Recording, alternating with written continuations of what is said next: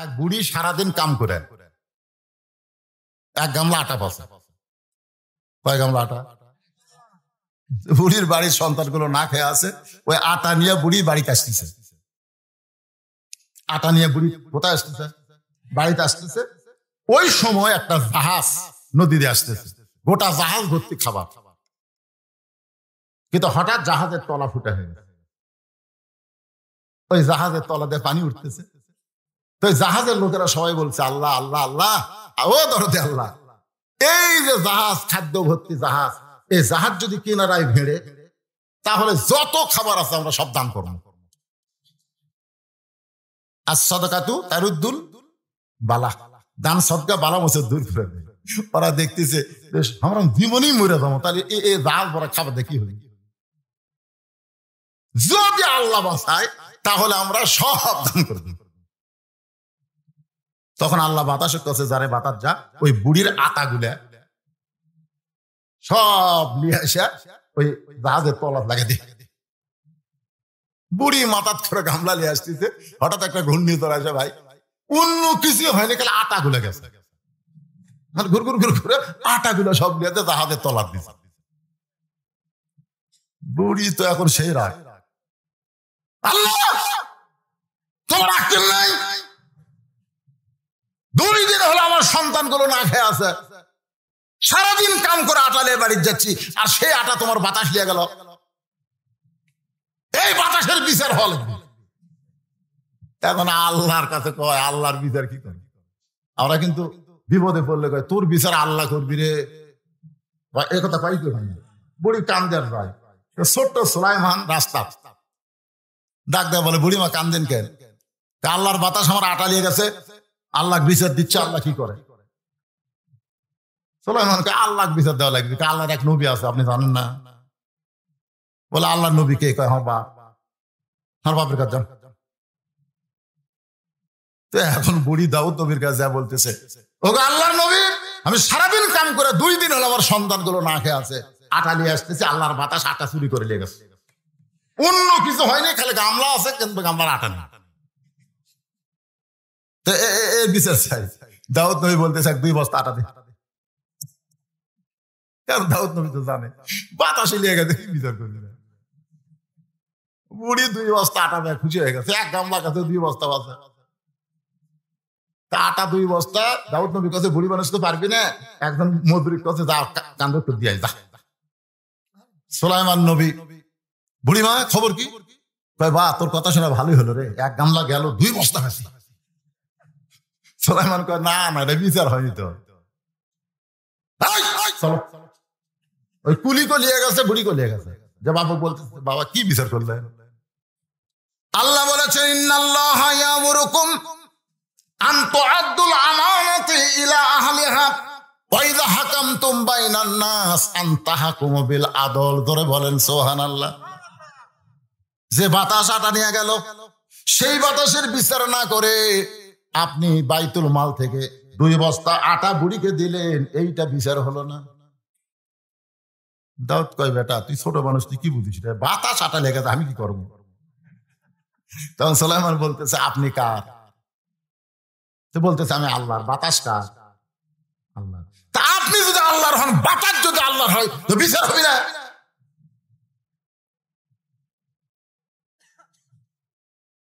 বলেন আল্লাহকে বাতাস কেন আটা নিয়ে গেল? দাউদ নবী সুলাইমানকে বুকের মধ্যে নিয়ে বলে বেটা রে, এই চিন্তা তো আমি কোনোদিন করিনি, তুই বড় চালাক রে বেটা, তুই বড় চালাক। দরকার সুবহানাল্লাহ। আল্লাহকে বলে আল্লাহ আমার 17টা সন্তান, আমি মরে গেলে কে নবী হবে? আল্লাহ আমি দাউদ নবী একটু আপনার কাছে জানতে চাই। আমার সমস্ত সন্তানেরাই নবী হবার চায়, কারণ আমি দাউদ যে শুধু নবী না, আমি হলাম বাদশা। আমাদের নবীর মতন নবী হলে পিটন আছে, না খেয়া থাকার কথা আছে, কিন্তু দাউদ নবী কোনোদিন শত্রু দ্বারা আক্রান্ত হয়নি, পিটনও খায়নি, বাদশা। জোরে কন কি? তা আমি মরে যাওয়ার পরে 17 সন্তান সবাই নবী বাদশা হবার চায়। ও দরদে আল্লাহ, আমার কোন সন্তান নবী বাদশা হবে? আপনি যদি একটু বলেন। আল্লাহ বলে দাউদ তুমি 3টা প্রশ্ন করবা, তোমার যে সন্তান উত্তর দিবার পারবে সেই নবী বাদশা হবে। 17টা সন্তানকে ডাক দেয়, বলে আমার সন্তানেরা, আমি দুনিয়া থেকে বিদায় হলে তোমরা কারা নবী বাদশাহ হবা? সবাই হাত তুলছে।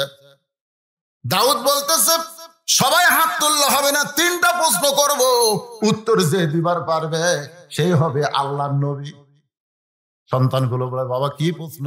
দাউদ বলে 1 নম্বর প্রশ্ন হলো পৃথিবীর সবচাইতে দূরতম কোন জিনিস? পৃথিবীর সবচাইতে দূরে কোন জিনিস? পৃথিবীর সবচাইতে কাছে কোন জিনিস? আর পৃথিবীর কোন জিনিসের মূল্য নাই? এই 3টা প্রশ্নের উত্তর যে দিবার পারবে সেই নবী বাদশাহ হবে। একজন বলতেছে সবচাইতে দূরে হলো আসমান, একজন বলে সবচাইতে দূরে হলো সূর্য, একজন বলে সবচাইতে দূরে হলো তারকা। ঘুরে ঘুরে দাউদ নবী সুলাইমানের কাছে গিয়ে বলে বাবা সবচাইতে দূর কোন জিনিস? সুলাইমান কান্দের বলে বাবা সবচাইতে দূর হলো মানুষের কবর, সবচাইতে দূর হলো মানুষের কবর।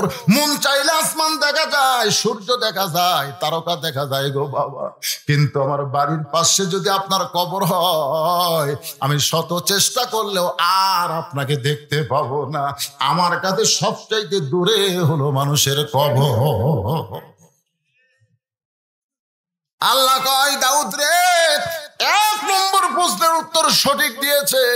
এবার 2 নম্বর প্রশ্ন, সবচাইতে নিকটে কোন জিনিস?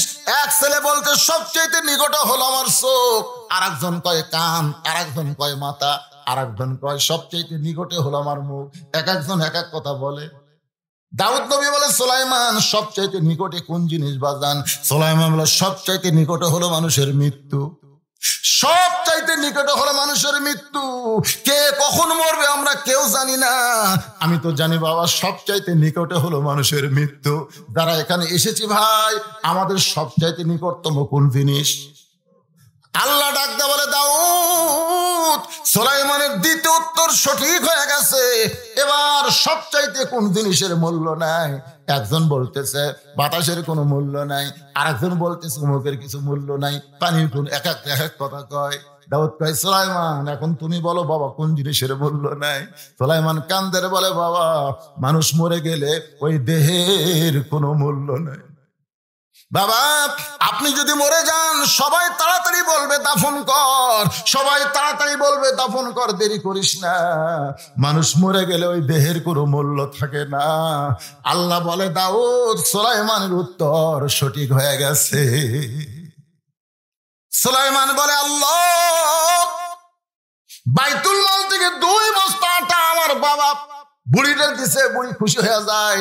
আমি তোমার কাছে জানতে চাই আমার বাবা যদি আল্লাহর নবী হয় তাহলে বাতাসও তোমার, আমার বাবাও তোমার, বাতাস কেন বুড়ির আটা নিয়ে চলে গেল? আল্লাহর পক্ষ থেকে দাউদের কাছে ওহী নাযিল হচ্ছে, বুড়ি 2 বস্তা পাবে না, বুড়ি অনেক বেশি পাবে। সুবহানাল্লাহ। কিছুক্ষণ পরে জাহাজ যখন সাগরের কিনারায়, ওই সমস্ত লোকেরা কান্দের বলে আল্লাহ তুমি আমাদের দোয়া কবুল করেছো, আমরা ওয়াদা পূর্ণ করব, সব মালগুলা কাক দিব। দাউদ বলতেছে আল্লাহ বুড়ির আটা দিয়ে যদি জাহাজের তলা বন্ধ করে দেয় তাহলে সব জাহাজের মাল এই বুড়িকে দেওয়া হলো। সদগাতু তারুদ্দুল বালা, সামান্য আটার বস্তা দিয়ে, আটার গামলার আটা দিয়ে যদি জাহাজের তলা বন্ধ হয়ে বুড়ি এত কিছু পায়। আল্লাহ কোরআনে বলেছেন ওমা তুনফিকু মিন শাইইন ফি সাবিলিল্লাহি ইউওয়াফা ইলাইকুম ওয়া আনতুম লা তুজলামুন। আল্লাহ রে ও বান্দারা শোনো, তোমরা যদি আমি আল্লাহকে দাও আমি আল্লাহ তোমাদেরকে আবার ফিরিয়ে দিব। ইউওয়াফা ইলাইকুম মনে করো না তুমি দান করলে আমি সেটা নিয়ে চলে যাব, তুমি যদি 1 দাও আমি আল্লাহ তোমাকে 10 ফিরাইয়া দিব। 6 বছর আমের গাছে চাষ করছে, জ্যৈষ্ঠ মাসে আম দেখবার গেছে, দেখি তো আমের খবর। ছোট্ট একটা ছেলে গাছের ডালে বসে আম পাড়তেছে।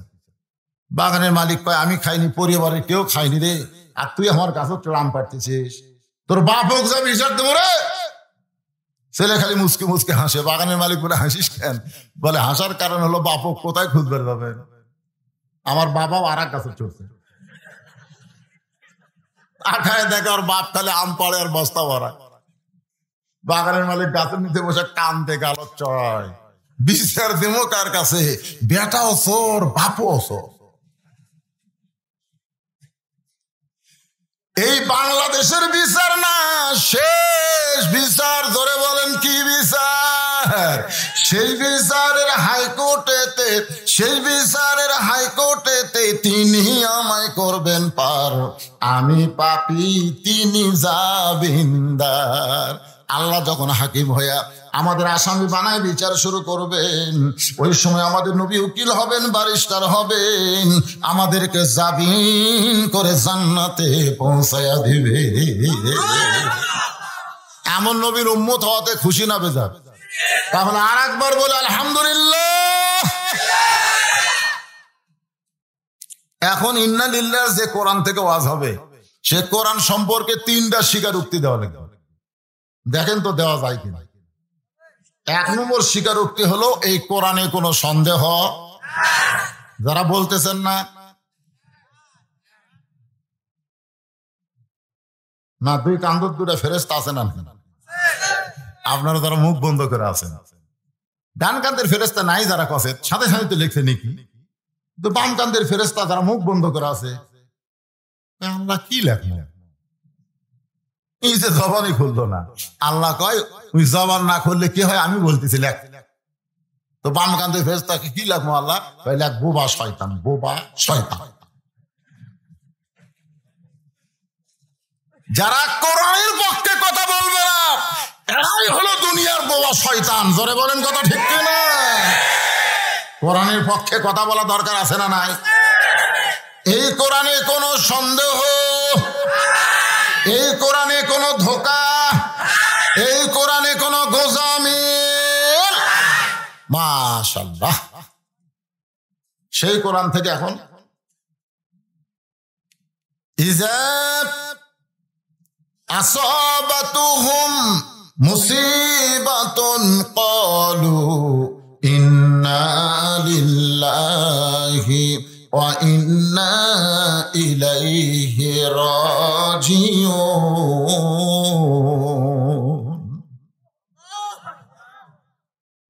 আগে এর শাব্দিক অর্থ শুনি। কি কন? আগে কি অর্থ? শাব্দিক অর্থ। ইন্না মানে নিশ্চয়। ইন্না মানে কি? হ্যাঁ, আসাবাতুহুম মুসিবা, তোমাদের উপরে বিপদ আপদ মুসিবত আসবে। ক্বালু, তখন তোমরা বলবে ইন্না লিল্লাহি ওয়া ইন্না ইলাইহি রাজিউন। তাহলে এটা কিসের আয়াত? বিপদ আপদ মুসিবতের আয়াত। কিন্তু মানুষ মরলে আমরা কেন পড়ি? এই মানুষ মরলে একবার কি হলে এগুলো কি হয়েছে না, তেজের সব কমে চলে গেল।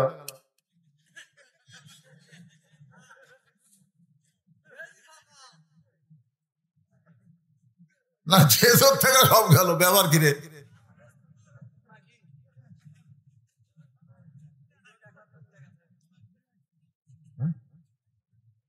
আচ্ছা,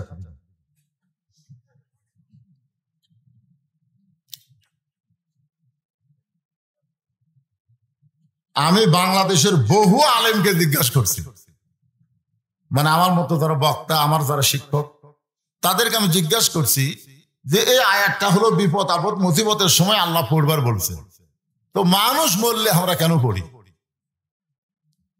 তো প্রত্যেকটা আলেমেরা বলে হুজুর আগে থেকে হয়ে আসতেছে, আমরাও পড়ি। মানে আগে থেকে হয়ে আসতেছে, মানুষ মরলে সবাই ইন্না লিল্লাহ কয়, আমরাও পড়ি। তা আসলে এটা একটা উত্তর হলো, আপনার করে এটা একটা উত্তর হলো। হ্যাঁ, একটু খেয়াল করবেন বাজান, মরা লাগবে রে। আমার কাছে কয় হুজুর অমুকের ফাঁসি হলো, অমুকের ফাঁসি হলো, অমুকের ফাঁসি হবে। আমি বললাম পাগলা, তোর মৃত্যু হলো, ফাঁসির তারিখ আছে রে, মরার কোনো তারিখ নাই। আপনারা বলেন তো ফাঁসির তারিখ আছে না নাই? অমুক তারিখে ফাঁসি হবে, ফাঁসির আগে আমি কলমা করছি, যা আছে তওবা তাসির করিয়া ফাঁসির দড়ি যখন গলার দিবি তখনও কলমা শাহাদত পড়তে পড়তে আর ফাঁসি কার্যকর হবে। কিন্তু আমরা যারা যখন তখন মর্ম, আমাকে কলমার গ্যারান্টি আছে, আমাদের তো তারিখ নাই ভাই। এখান থেকে বাড়ির যাওয়া পর্যন্ত গ্যারান্টি নাই রে। বাড়ি যাওয়ার পারবেন? এমন কোন লোক সিনা টান করে বলেন তো হুজুর আমি বাড়িতে যাবই ইনশাল্লাহ ছাড়া কোন না, ইনশাল্লাহ যদি কোন আল্লাহ চাইলে যাব না, ঠিক হ্যাঁ, আল্লাহ নিয়ে গেলে যাব। এই জন্য একটু খেয়াল করেন, মুসা নবী একদিন তুর পর্বতে দাঁড়ায় আছে, কার সাথে কথা বলবে? আল্লাহর সঙ্গে কথা বলার সময় বসে বলা ভালো না দাঁড়িয়ে থেকে বলা ভালো? আল্লাহর সাথে কথা বসে থেকে বলা ভালো।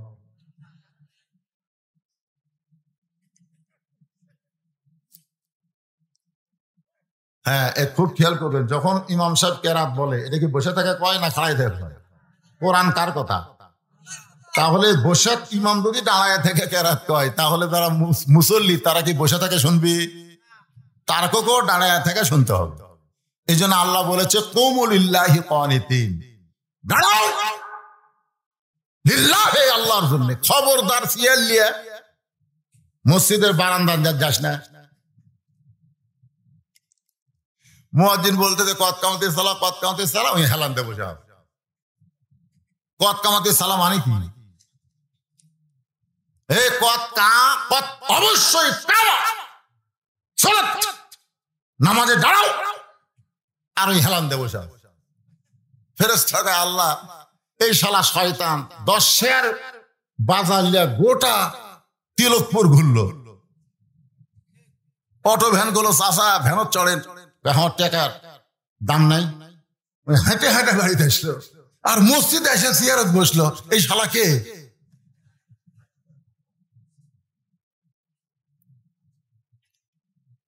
মুসা নবী তুর পর্বতে দাঁড়ায় আছে আল্লাহর সঙ্গে কথা বলার জন্য। ধরে বলেন কার সঙ্গে? আল্লাহ বলে মুসা খবর কি? মুসা বলতেছে আল্লাহ এমন একটা কথা বলবার চাই, আপনার কিন্তু রাগ করা চলবে না। আল্লাহ বলে মুসা কি কথা বলবি? মুসা বলতেছে আল্লাহ আমার যা আছে আপনার তা নাই। আল্লাহ বলে মুসা কি বললি আর একবার চিন্তা করে বল। মুসা বলতেছে আল্লাহ আমার যা আছে আপনার তাই নাই। আল্লাহ কয় মুসা রে তোর এমন কি আছে যেটা আমার নাই? মুসা বলতেছে আল্লাহ আমার মৃত্যু আছে কিন্তু আপনার মৃত্যু নাই।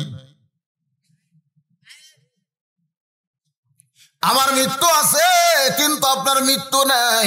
আল্লাহ বলে মুসা মৃত্যু তোমার কাছে কেমন মনে হয়? মুসা বলতেছে আল্লাহ দুনিয়ার জীবনে আপনি আমাকে যত নিয়ামত দান করেছেন তার মধ্যে উত্তম নিয়ামতের নাম হলো মৃত্যু। আল্লাহ বলে মুসা মানুষ দুনিয়াতে গেলে মরবার চায় না, দুনিয়াতে গেলে মরা লাগবে না সবাই জানে, তারপরে কেউ মরবার চায় না। জোরে কোন কথা ঠিক কিনা? স্বামী খুবই অসুস্থ, ক্যান্সার হচ্ছে, বুঝলেন? এখন বউ সান্ত্বনা দেওয়ার জন্য বলতেছে আল্লাহ স্বামীর রোগ আমাকে দাও, আমার হায়াত স্বামীর দাও। আল্লাহ আমার স্বামী যেন মরে না, আল্লাহ আমি মরবো। আল্লাহ স্বামী কয় আল্লাহ আমাকে একটা বউ দিছে রে। কি বউ রে? ওই বাড়িতে একটা আড়িয়া আছে, তোর এখন কি আছে? রাত্রে দড়ি ছিঁড়ে খাওয়ার জন্য খুঁজতেছে, বারান্দা সিলভারের পাতিলে তলা চিটালালি। আড়িয়া ওই চিটালালি খাবি কিন্তু হাতও পায় না, জোর করে মুখ লিয়ে গেছে। এখন এই শিং পাল্লার কান্দা আটকে গেছে। ওই চিটালালি খাচ্ছে কিন্তু পাল্লার মাথা ছাড়ে না। আরে এখন গোয়াল ঘর বাদ দিয়ে যে ঘরে স্বামী স্ত্রী শুয়ে আছে ওই ঘর হো করে ঢুকছে। বউ চেতন পায় আজরাইল, ও বাবা আজরাইল, বাবা আজরাইল আমার স্বামীর ক্যান্সার রোগ আছে বাবা, আমার স্বামীর কাছে যা, আমার কাছে আসিস না বাবা। স্বামী চিল্লায় কয় কি হয়েছে রে? আজার আইছে তো তোমাকে দেখে দিলাম। তুই না দিনের বেলা করি যে আমার হায়াত স্বামীর দাও, স্বামীর মরণ হক দাও। বউ কয় এটা মুখে বলা যায় কিন্তু অন্তরে মানা যায় না। আসলে আমরা সবাই মারা যাব, কিন্তু মরা জিনিসটা আমরা কেউ গ্রহণ করতে চাই না। জোরে কোন কথা ঠিক কিনা? আল্লাহ বলে মুসা দুনিয়াতে মানুষ গেলে মরবার চায় না, তোমার কাছে সেই মৃত্যু উত্তম হওয়ার কারণ কি? মুসা বলতেছে আল্লাহ কারণ হলো 3টা। ধরে বলেন কয়টা? আল্লাহ কয় মুসা তাহলে 3টা কারণ একটু বলো তো। মুসা বলতেছে আল্লাহ আমি বলার আগে আপনি জানেন। আমি যে তিনটা কারণ বলবো এটা বলার আগে জানে কে? আরো জোরে। আল্লাহ কি বলার পরে জানে না বলার আগেও জানে? আমার মনের মধ্যে যা কিছু কল্পনা হয় সেই খবর জানে কে? আল্লাহ। এমন একটা আল্লাহ ভাই, আল্লাহ আলিমুম বিজাতিস সুদূর। আল্লাহ ফাঁকি দেওয়ার কোনো সুযোগ নেই। আছে নাকি? মার্কেটে সিসি ক্যামেরা আছে, এই মার্কেট সিসি ক্যামেরা দ্বারা নিয়ন্ত্রিত। চোরেরা গেলেও ভালো হয়, সিসি ক্যামেরা আছে রে, সিসি ক্যামেরা আছে রে। আল্লাহ কয় পাগলা, সিসি ক্যামেরার বাপ তোর দুই কান্দত বসে আছে রে, তুই সিসি ক্যামেরা দিকে সতর্ক হলো, কিন্তু তোমার দুই কান্দে দুই মোহরি লিখিতেছেন ডায়েরি। সবাই বলেন দুই কান্দে দুই মোহরি লিখিতেছেন ডায়েরি।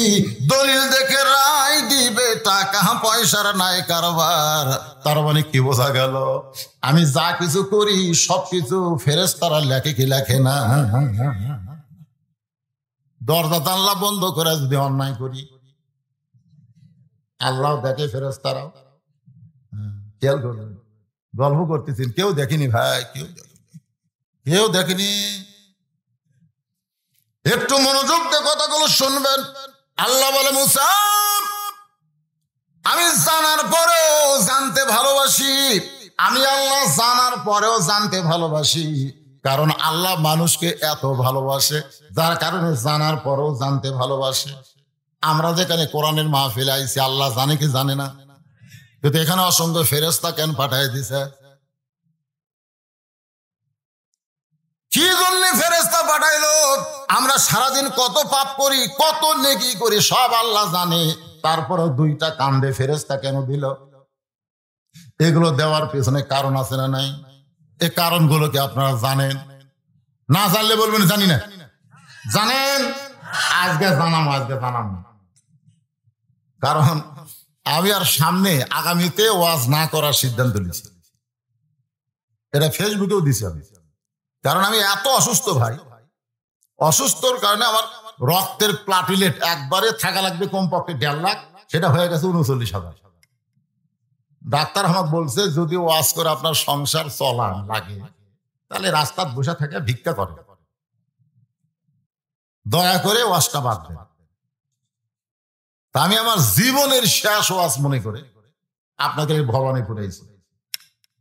এবছর অধিকাংশ মাহফিল আমি করবার পারতেছি না অসুস্থ হওয়ার কারণে। ভাইজান বহু ওয়াজ করছে আপনাদের, 36 বছর। কত বছর? 36 বছর হলো ওয়াজ করতে। সবাই আপনারা জানেন আমি খুবই অসুস্থ। বাড়ি থেকে আমাকে বারবার বলে ওয়াজ বাদ দেন, আমার মেয়েরা খালি কান্দে। কিন্তু এই দাওয়াতগুলো আমি নিয়ে ফেলে দিছি, এখন না আসলেও তো হয়। তো কষ্ট করে যখন আইছি আপনাদেরও কষ্ট হবে, একটু ধৈর্য ধরে কথাগুলো শোনা লাগবে। ওটা বসা করেন না ভাই। না সারা রাত ওয়াজ হবে না, সারা রাত্রি ওয়াজ হয়। শোনেন, 2007 সালে আমার ডায়াবেটিস ধরা পড়েছে। কয় সালে? 7 সালে। 17 সালে আমি যখন গেলাম ডাক্তার আমাকে বললো হুজুর আপনার ডায়াবেটিসটা ওয়াজ করার কারণে আপনার কিডনির উপরে দাগ পড়ে গেছে। আমি বললাম ডায়াবেটিসটা ওয়াজ করলে কিডনির দাগ পড়লো কেন? বলে ডায়াবেটিসটা ওয়াজ করলে পেশাবে ঢাকে, যখন ওয়াজ করেন তখন পেশাব আস্তে আস্তে থইলার নিচে ভরে যায়, আপনি সেই পেশাবটা ওয়াজ করেন, যার কারণে পেশাবকে চাপা ধরে রাখার কারণে আপনার কিডনির উপরে দাগ পড়ে গেছে। আপনি যদি ওয়াজ করবার চান তাহলে 1 ঘন্টা পর পর পেশাব করা লাগবে। কয় ঘন্টা? আমি ডাক্তারকে বললাম কেরে ভাই 1 ঘন্টা পর পর যদি পেশাব করে যায় জনগণ হাত দাওয়াত দিবি, ডাক্তারকে ওয়াজ বাদ দেন।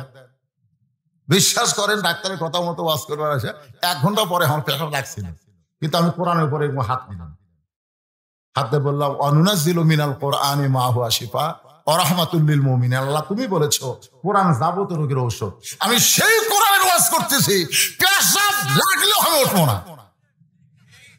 এই যে পেশাব লাগার পরে ওয়াজ করলাম, 1 ঘন্টার জায়গা 2.5 ঘন্টা ওয়াজ করলাম। পেশাব এক সময় খুবই লাগলো, এক সময় পেশাব হেরে গেল। তারপর থেকে ওয়াজ করতেছি আর আমার পেশাব লাগে না। এ কোরআনের ক্ষমতা আছে না নাই? তাহলে কোরআনের মাহফিলে এসে ঘোরগুলো সব ওঠেন কেন?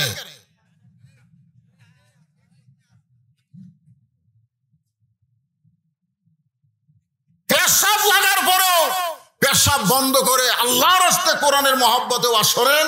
পেশাব জাতীয় যত ব্যারাম আল্লাহ ভালো করে দিবে। আল্লাহ পারে কি পারে না? আর সামান্য পেশাব লাগছে উঠে চলে যাচ্ছেন, দেখবেন কিছুদিন পরে পেশাব আর বন্ধ হবে না। কত লোক হুজুর পেশাব করার পরেও আমি খুবই কোতাকুতি করে পেশাব করি, পানি খরচ করার পরে টপ টপ টপ টপ করে আসে। আসবি তো।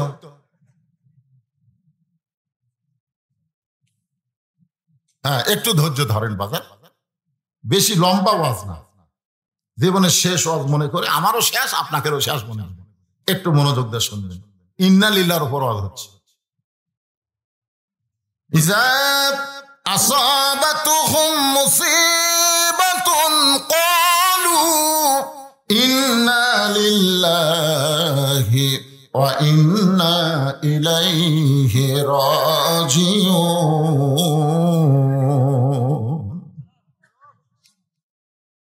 মুসা বলে, আল্লাহ মৃত্যুকে পছন্দ করার এক নম্বর কারণ হলো না মরলে জান্নাতে যাওয়া যাবে না। আপনি যে আমার জন্য জান্নাত বানায় রাখছেন, ওই জান্নাতে যাইতে গেলে মরা লাগবেই। আপনারা সকলে জান্নাতে যাবার চান কি চান না? কারা কারা জান্নাতে যাবার চান? আল্লাহকে দুই হাত দেখান। যারা যাবার চান হাত তোলেন টান টান করে, লিল্লাহি তাকবীর, হাত নামান। আচ্ছা, জান্নাতে যারা যাওয়ার জন্য হাত তুললেন, তারা কি জেতা অবস্থায় যাবেন না মরার পরে যাবেন? তাহলে জান্নাতে যাওয়া গেলে তো মরা লাগবে। আমি যেই বলবো জান্নাতে যাইতে গেলে কি চাই, আপনারা সকলে জবান করে বলবেন মরতে চাই। বলতে পারবেন না? জান্নাতে যাইতে গেলে কি চাই?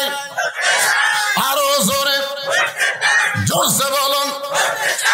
বাংলার মানুষ খালি মরবার চায় না, এই জন্যই বাতিলের সাথে আপোষ করে বেঁচে আছে। ধরে কোন কথা ঠিক কিনা? খালি মরবার, মরবো না ভাই, মরবো না ভাই, তো মরবো না কি করবো? এখন জান্নাতে যাইতে গেলে মরতে হবে। আল্লাহ বলেছেন যেমন তেমন মরা চলবে না। ইয়া আইয়ুহাল্লাযীনা আমানুত্তাকুল্লাহা হাক্কা তুকাতিহি ওয়া লা তামুতুন্না ইল্লা ওয়া আনতুম মুসলিমুন। তাহলে মুসলমানের ঘরে জন্ম নিলে হবে না, মুসলমান হয়ে মরা লাগবে। মুসলমান হয়ে কি করা লাগবে? এখন মুসলমান হয়ে মরতে গেলে বর্তমানে যেভাবে আপনারা চলতেছেন, এইভাবে যদি আপনারা চলতে থাকেন তাহলে মরবেন ঠিকই, কিন্তু মুসলমান হয়ে মরা বড় কঠিন হবে। মুসলমান হয়ে যদি মরতে চাই তাহলে বাতিলের সঙ্গে আপোষ করা যাবে না। আমরা হকের পক্ষে থাকবো, দরকার হলে 1 ঘন্টা বাঁচবো, কিন্তু বাতিলের সঙ্গে আমরা আপোষও করব। সবাই বলতেছেন না? কুল জাল হক ওয়া সাহাকাল বাতিল ইন্নাল বাতিলা কানা যাহুকা। আল্লাহ বলে, মুসা রে, মৃত্যুকে পছন্দ করার 2 নম্বর কারণ কি? মুসা বলতেছে, আল্লাহ মৃত্যুকে পছন্দ করার 2 নম্বর কারণ হলো আমার মৃত্যুটা কেবলমাত্র আপনার জন্যই আমি ওয়াকফ করেছি। সরাল্লাহ কন্যা কেন? কার জন্য? আল্লাহর কুদরতি মুখত হাসি ফুটে গেছে, আল্লাহ হাসতেছে। মুসা নবী কিন্তু হাসি দেখবার পাচ্ছে না, কিন্তু শুনবার পাচ্ছে। আল্লাহ যে কথা কয় মুসা নবীকে দেখবার পায় না, শুনবার পায়। এই জন্যই কালিমুল্লাহ। ঢাকা থেকে কোনো বন্ধু যদি আপনার সাথে মোবাইলে কথা কয়, ওই বন্ধু মোবাইলে কথা বলতে বলতে কান দিচ্ছে, আপনি বুঝবার পারতেছেন, আবার হাসতেছে, আপনি বুঝবার পারতেছেন। পারতেছেন না ভাই? তাহলে আল্লাহ হাসতেছে, মুসা বুঝবার পারছে।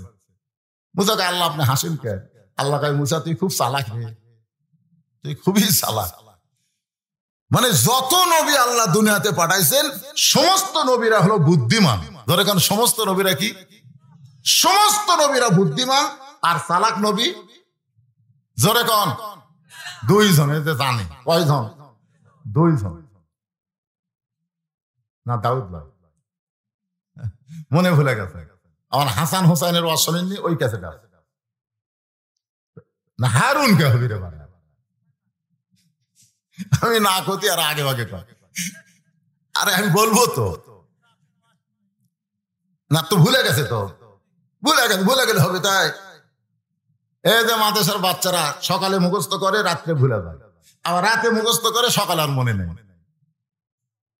এই বাচ্চাদের হাতে এই দুই সালাক নবীর নাম আরবিতে লিখে 21 দিন যদি ডান হাতে বাঁধে দেওয়া যায়, এই দুইটা নবীর রুহানি তাওয়াজ্জুর ওসিলায় আল্লাহ তার ব্রেন শক্তি আবার ফিরে দেয়। একজনের নাম হলো মুসা, আর একজনের নাম হলো সুলাইমান। একজনের নাম কি আর একজনের নাম কি? সুলাইমান। হ্যাঁ, খুবই চালাক। আর সব নবীরা, আমাকে নবীও কিন্তু বুদ্ধিমান। বুদ্ধিমান নবীর ব্যাখ্যা হলো আল্লাহ যা করছে তাই মেনে নিছে, আল্লাহ যা বলেছে বলার সাথে সাথে মেনে নিছে। আর চালাক নবীর ব্যাখ্যা হলো আল্লাহ যা কইছে আগে মানেনি, আগে প্রশ্ন করছে, মানলে লাভ কি না মানলে ক্ষতি কি জানবার। যেমন আল্লাহ বলেছে আদমের জায়গায় যদি মুসাকে আমি বলতাম ওই গাছের কাছে যাইও না, ওয়ালা তাকরাবা হাযিহি শাজারা ফাতাকুনা মিনাজ জালিমিন, ওই গাছের কাছে যাইও না। তো মুসা তখন কি বলতো? মুসা বলতো আল্লাহ যে গাছের কাছে যাওয়াই চলবি না, সে গাছ থুবা কে?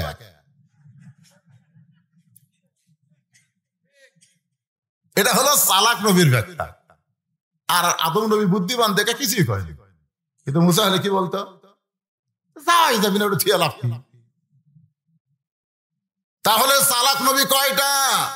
একটা হলো মুসা কালিমুল্লাহ, আর একটা হলো সুলাইমান।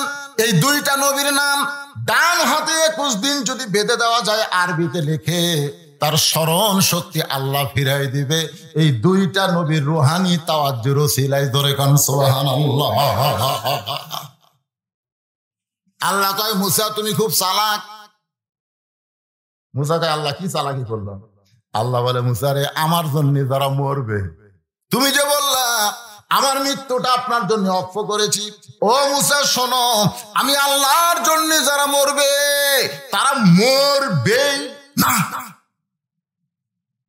শোন, আল্লাহ কয় না, আল্লাহর জন্য যারা মরবে তারা মরবে।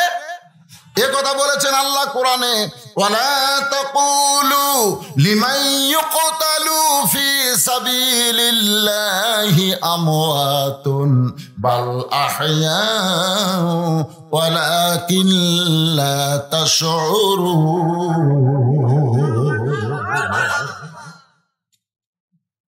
হোসেন রাদিয়াল্লাহু দেহ পড়ে আছে কিন্তু কারবালা, দেহ কোথায়? আর মাথা লিয়ে গেছে দামেস্কে, সিরিয়ার দামেস্কে মাথা লিয়ে গেছে। ইয়াজিদ তখন ক্ষমতার চেয়ারে বসা। জিয়াদ নামে একজন পাপিষ্ট একটা গামলার মধ্যে করে হোসেনের মাথা লিয়ে যায়, ইয়াজিদের সামনে দিছে, যে দেহ তো পড়ে আছে কারবালা, দেহ এতক্ষণ শেষ, মানে ঘোড়া দেহের উপর ছুটে দেহ এই মাথা লিয়ে। তখন ইয়াজিদের হাতে একটা লাঠি আছিল, দরেখন কি আছিল, ওই লাঠিটা হোসেন রাদিয়াল্লাহর মুখের মধ্যে দিছে, মুখের মধ্যে দিয়ে বলতে, হোসাইন হোসাইন, খালি জেদ করার কারণে আজ তোর এই পরিণতি। আমি তোকে কইলাম তুই মদিনার ইমাম হ, তোর নানা হলো বিশ্ব নবী, তোর বাবা হলো বিশ্ব আলেম, তোর মা হলো খাতুনে জান্নাত, তুই ইমামতি কর, তুই করবি ইমামতি, আমি হবো রাষ্ট্রপতি। তুই খালি জেদ করলি না, যিনি ইমাম হবে তাকে রাষ্ট্রপতি হবে। এই জেদ করার কারণে আজ তোর অবস্থা কি দেখতো?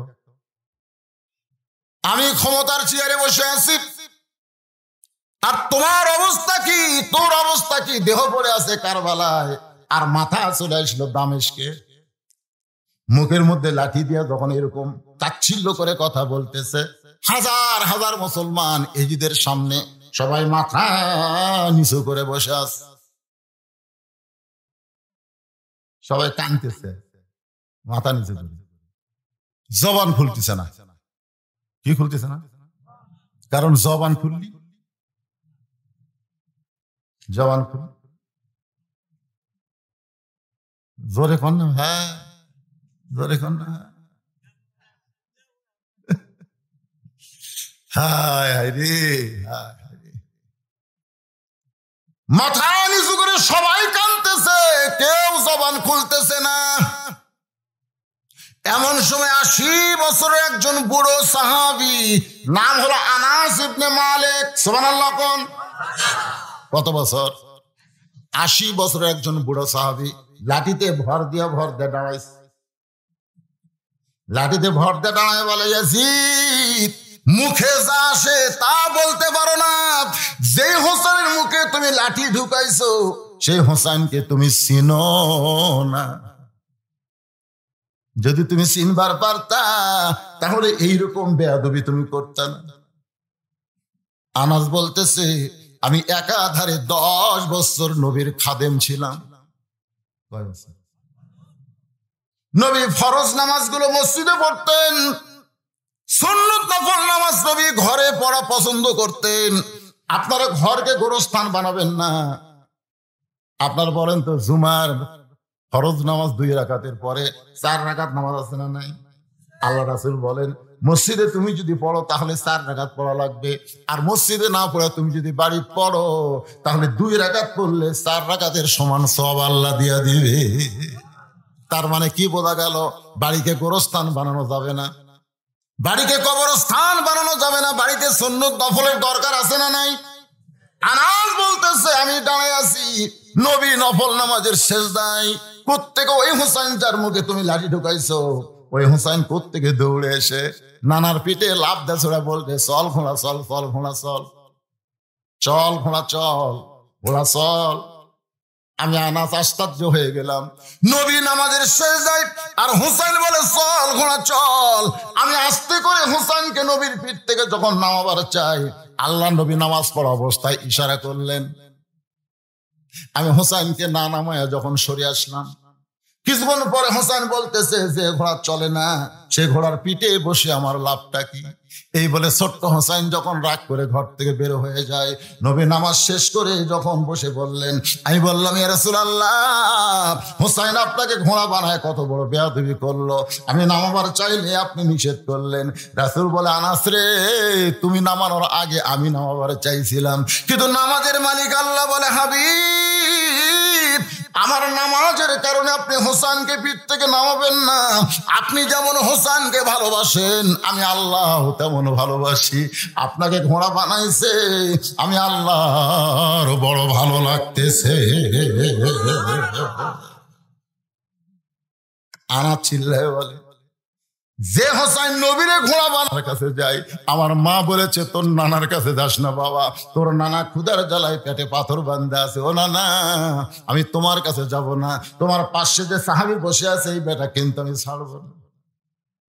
ছোট্ট হোসেন দৌড়ে এসে ফেরেশতা জিবরাইলকে দাহিয়াতুল কালবি বিশ্বাস করে কোলের মধ্যে বসে বলে, নানার সাহাবী, মাঝে মধ্যেই তুমি নানার কাছে আসো, কি জানো গুদুর গুদুর করে কও আর ফসকান দাও। আজকে তোমারে পাইছি, আজকে আর তোমার আমি ছাড়বো না। যতক্ষণ খাবার না দিবা ততক্ষণ আমি তোমাকে ছাড়বো না। আল্লাহ নবী চমকে গেলেন, কারণ যেটা বসে আছে দাহিয়াতুল কালবি সাহাবীর চেহারায়, ওইটা কিন্তু ফেরেশতা জিবরাইল। কিন্তু ছোট্ট হোসেন না চিনার কারণে বারবার যখন খাবার চাই, বারবার যখন খাবার চাই, জিবরাইল খালি ওসমস ওসমস করতেছে। আল্লাহ রাসূল ইশারা করে বলে, জিবরাইল, তোমার কোলের মধ্যে বসে যে খাবার চাই তাকে তুমি চিনো না? সুবহানাল্লাহ। তাকে তুমি চিনো না, যার কারণে তুমি ওসমস করতেছো। জিবরাইল, ওই হোসেন আমাকে ঘোড়া বানাইলে আল্লাহর ভালো লাগে, আর তোমার কোলের মধ্যে বসে তুমি ওসমস করো না। সঙ্গে সঙ্গে জিবরাইল স্থির হয়ে যায়, নবীরে ঘোড়া বানাইলে যদি আল্লাহর ভালো লাগে, তাহলে আমি এমন করলে যদি আল্লাহ বেয়াদবি ধরে নেয়। ফেরেশতা জিবরাইলের কাছে খাবার নেই, কিন্তু হোসেন বারবার যখন খাবার চায়, আল্লাহ ডাকতে বলে, জিবরাইল, ফান্দে পড়া বগ হয়ে কান্দিস না। যে তোর কাছে খাবার চায় আমি আল্লাহ তাকে এত ভালোবাসি, বেহেশতের বাগানের আঙ্গুর তোর জামার ডান পকেট ভরায়া দিলাম। জোরে বলেন সুবহানাল্লাহ। আনাস বলে, ইয়াজিদ,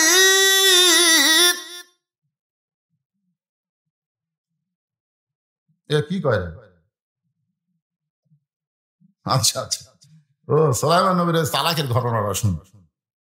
যে মুসা আলাইহিস সালাম তালাক করলেন, যে সুলাইমান নবী তালাক কেমনে হলো সেটা কবেন না? হ্যাঁ, কে দিছে? যেটা বলতেছে আগে এটাকে শোনো। কে বিরক্ত হচ্ছেন? কটা বাপরে,